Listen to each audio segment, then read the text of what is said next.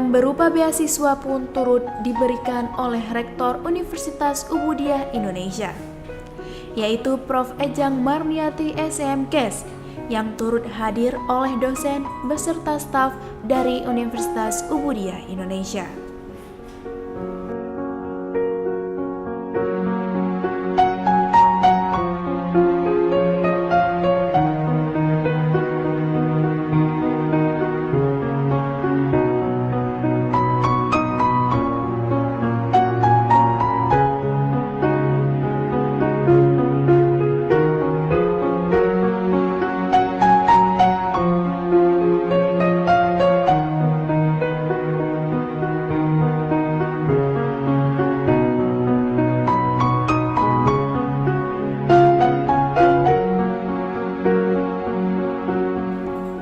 Bagi Syahrul, ini merupakan sebuah kehormatan dan bentuk rasa syukur yang luar biasa bisa dikunjungi langsung oleh Ibu Rektor Universitas Ubudiyah Indonesia.